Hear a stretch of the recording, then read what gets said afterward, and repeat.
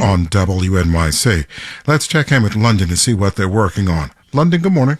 Good morning, WNYC. I'm Nuala McGovern. On today's NewsHour, what's next for the Republican Party after the ouster of House Speaker Kevin McCarthy? Also, the climate researcher in the Solomon Islands refusing to fly back to work.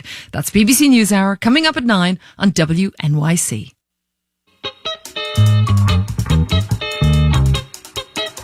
.69 with bright sunshine this morning in the city and across the region. Sunny and mid-80s in the city today. Tomorrow, sunny and 77.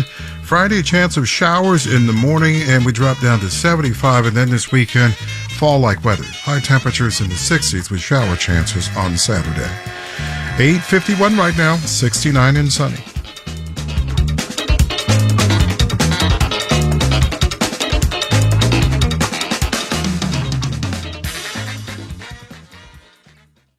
Support for WNYC comes from the Museum of Modern Art, where the exhibition Picasso and Fontainebleau, on view from October 8th, takes a close look at the artist at work during the summer of 1921. Learn more and book tickets at MoMA.org.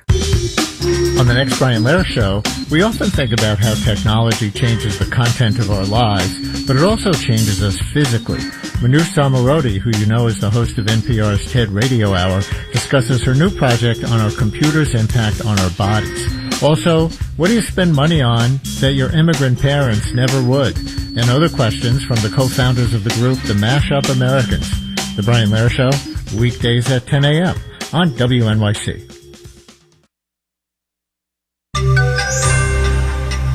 We're tracking the surge this month in interest rates, not directly engineered by the Federal Reserve, but a consequence of investors rushing to sell bonds. Marketplace Morning Report is supported by C3 AI. C3 Generative AI provides ChatGPT enterprise search that is verifiable, secure, and accurate across all enterprise data. C3.ai. This is Enterprise AI. I'm David Brancaccio. With the focus on the dramatic developments leading to a leaderless House of Representatives, don't miss what's happening in the bond market. A surge downward in recent days that amplifies the Fed's efforts to slow the economy. This bond sell-off, leading to higher costs for borrowing, carries a risk of turning a soft landing for the economy into a recession. The only time I've ever seen market behavior that even comes close to this was in the 1990s. Christopher Lowe is chief economist at FHN Financial in New York and a close observer of bond market psychology. We had occasionally situations that we called buyer strikes. You know, the idea was the usual people who bought bonds were sitting on the sidelines. There would be issuance of debt. Nobody wanted to buy it at the current yield, so the yield would rise until we managed to lure enough people off the sidelines. And the way this usually ended in the 90s is interest rates would rise enough that we'd start to see economic data suggesting the economy was in trouble. Well, the economy now, using standard measures, is still running strong. As for what prompted this fire sale of bonds this month in particular, Lowe says there wasn't a clear catalyst. There's been Fed officials out speaking, and they're really not saying anything new. But I suppose that it could be that people are just taking them more seriously. This morning, at least, the pressure is easing a bit, allowing the 10-year interest rate to settle down to 4.74% now. U.S. mortgage rates are up. The average 30-year fixed-rate mortgage went from 7.5% to 7.72% in a week, using Mortgage News Daily's calculation. Stocks after the big drops yesterday, S&P futures are up 0.2% now. About 85% of affluent households in the U.S. gave to charity last year, 3% fewer than back in 2020. The average amount the well-to-do gave went down as well by about 20% to about $35K. All this according to an every other year survey from Indiana University and Bank of America. Here's Marketplace's Stephanie Hughes. The drop in donations now follows a surge in generosity back in 2020.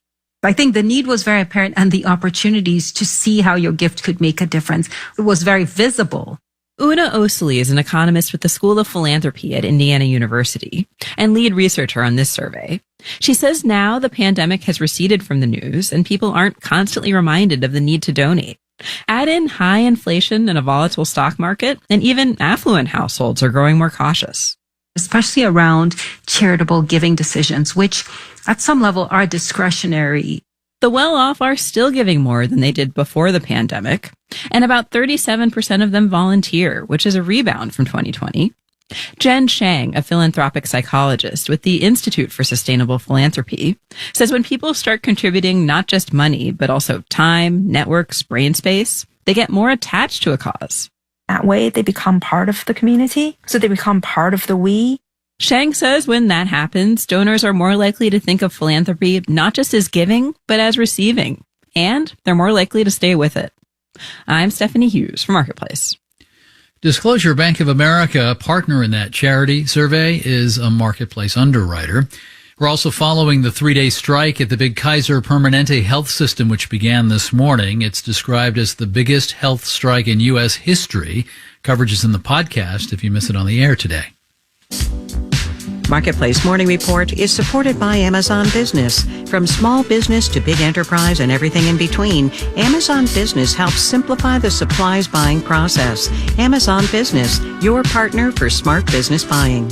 And by Fidelity. A dedicated Fidelity advisor can help create a wealth plan for a full financial picture. Investment minimums apply. Fidelity Brokerage Services, LLC. Now let's sneak in a business story about sneakers. A market expected to triple worldwide by 2030. Adidas is dealing with the Ye Kanye West brand falling apart. Nike is looking to stay on as king, and smaller specialty brands are sneaking about. Here's Marketplace's Kristen Schwab. At the Berlin Marathon last week, Ethiopia's Tigist Assefa smashed the women's world record. And look at the clock! 2 hours, 11:52, unofficially. History is made. Most of the buzz was about her performance, but there was also a lot of chatter about her shoes. Assefa ran in the Adidas Adizero Adios Pro Evo 1, a shoe that weighs less than a third of a pound, costs $500, and is designed to be worn once. These things are loss leaders. Chris Burns is a sneaker industry analyst at Arch USA. When he says loss leaders, he's putting these Adidas shoes in the same strategic category as, say, Costco rotisserie chickens. They're not going to make the brand a lot of money. They will invite the conversation around that brand. These shoes, they also symbolize a change happening in footwear. While the industry used to be all about the look, think Air Jordans, now it's about the technology. Think Hoka, Merrell, and Brooks, brands with a cult following that are whittling away at Nike's dominance in performance running. Nike's community seems to be more based on hype, limited releases, and old school retro drops. While other brands are building community around running clubs. Educating the consumer on how to make your knees stop hurting. That's powerful stuff. To some consumers, Nike, the brand that goes hand in hand with one of the best NBA players of all time, is no longer innovative. Randy Connick is a footwear analyst at Jefferies. Nike's your typical ubiquitous Coca-Cola type brand. Connick says Nike is so big, it's hard for the company to find more growth. So it's concentrating on affordability. Nike recently returned to shelves at Macy's and DSW after years of focusing on direct-to-consumer sales. The one thing to think about is, can they continue to see the same rate of growth in the lower end? Because John Kernan, a retail analyst at TD Cowen, says Nike becoming everything to every type of consumer comes with challenges. They're reaching a certain size in a certain competitive environment in the industry that's creating some headwinds for them. Sometimes being a go-to brand just isn't enough. I'm Kristen Schwab for Marketplace. And I'm David Brancaccio with the Marketplace Morning Report. From APM, American Public Media.